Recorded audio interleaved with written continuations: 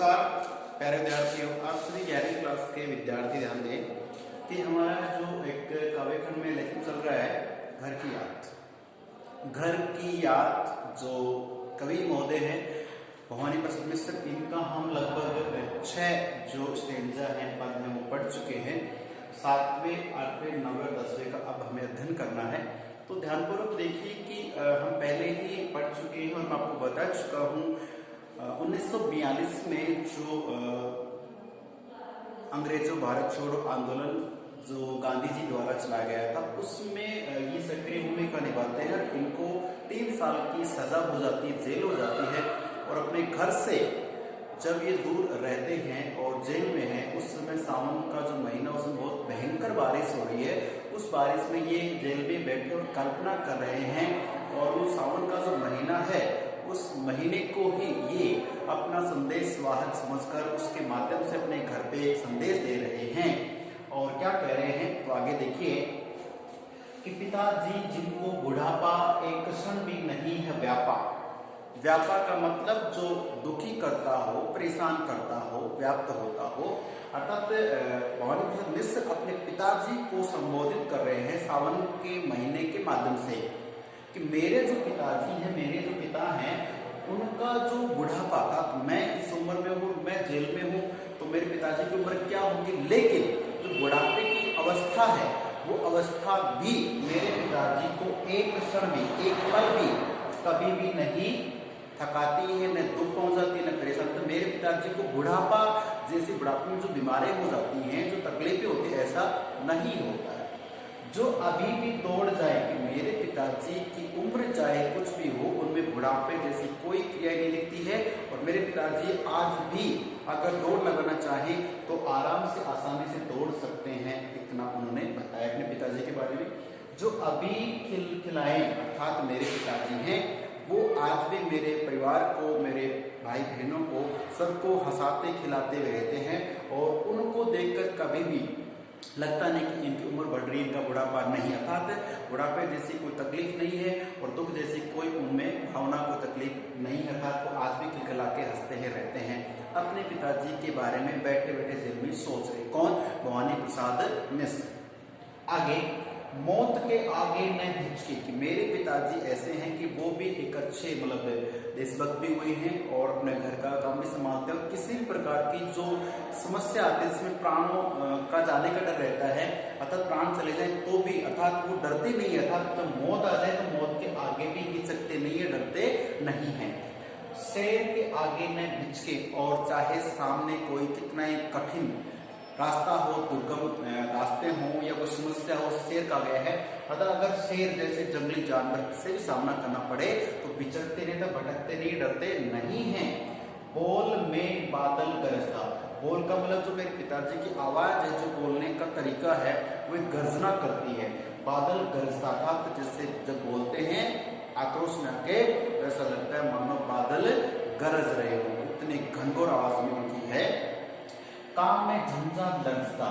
काम का मतलब होता है जो मेरे पिताजी हम आज भी कोई भी काम करते हैं, चाहे घर का हो, खेत का हो, खलिहान का हो या कोई वैसे कार्य हो, सभी कार्यों में झंझा। झंझा का मतलब तूफान या झंझावत। लरजता यानी कांपता है। अर्थात जो भी काम करते हैं तो उनके काम के सामने चाहे कोई तूफान हो, अर्थात तूफान की तरह, अर्थात जैसे तूफान कांपता है ना, तो इतना तगड़ा, इतना अच्छा वो कार्य कर देते हैं कि कोई भी जो दुश्मन हो या कोई कठिन काम हो, वो स्वतः ही परास्त हो जाता है। कितना ही कठिन कार्य क्यों ना, वो भी सीधा सरल हो जाता है उनके पिताजी के काम के सामने। तो ये दोनों ही पदों में भवानी प्रसाद मिश्र अपने पिताजी के बारे में, उनकी उम्र, उनकी भावना, उनकी सोच, उनकी समझ की प्रशंसा कर रहे हैं अपने पिताजी की।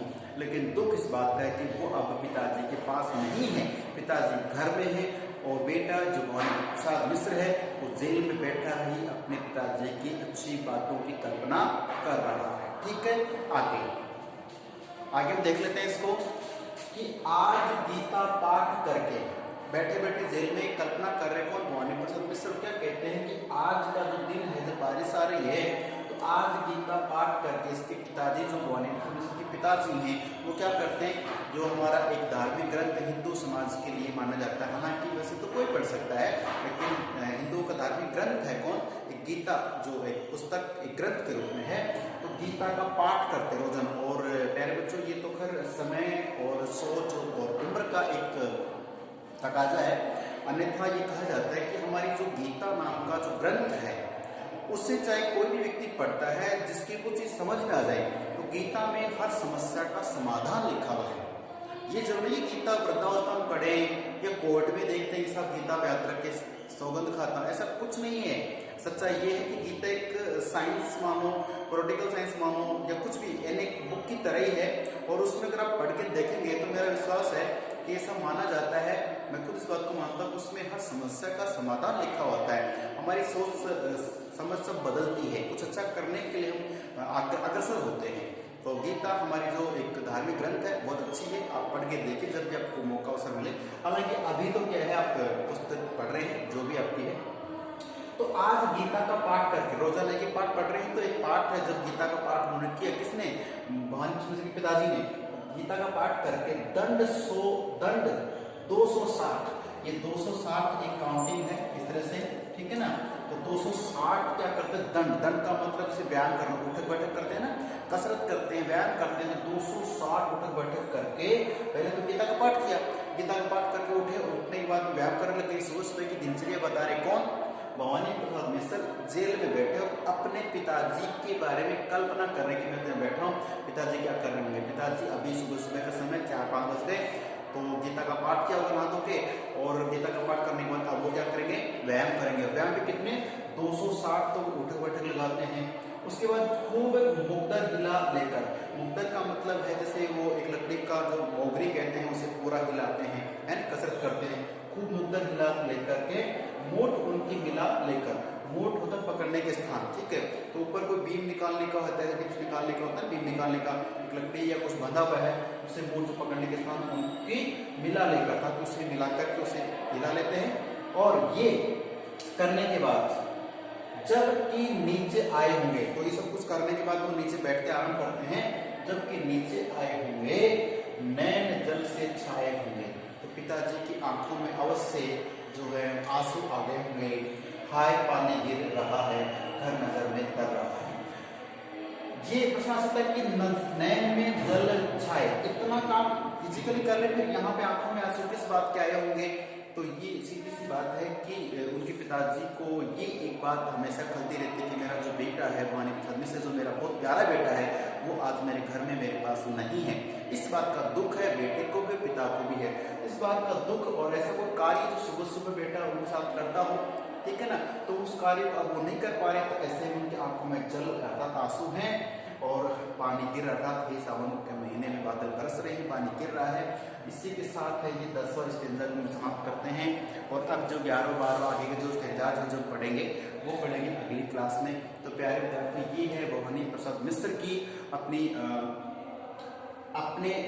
दुख के बारे में, अपने जेल के प्रवास के कारण उनकी दृढ़ इच्छा और शक्ति का परिचय देने वाला कविता पढ़ रहे हैं, और बहुत सहज सरल स्वभाव की कविता है, ठीक है।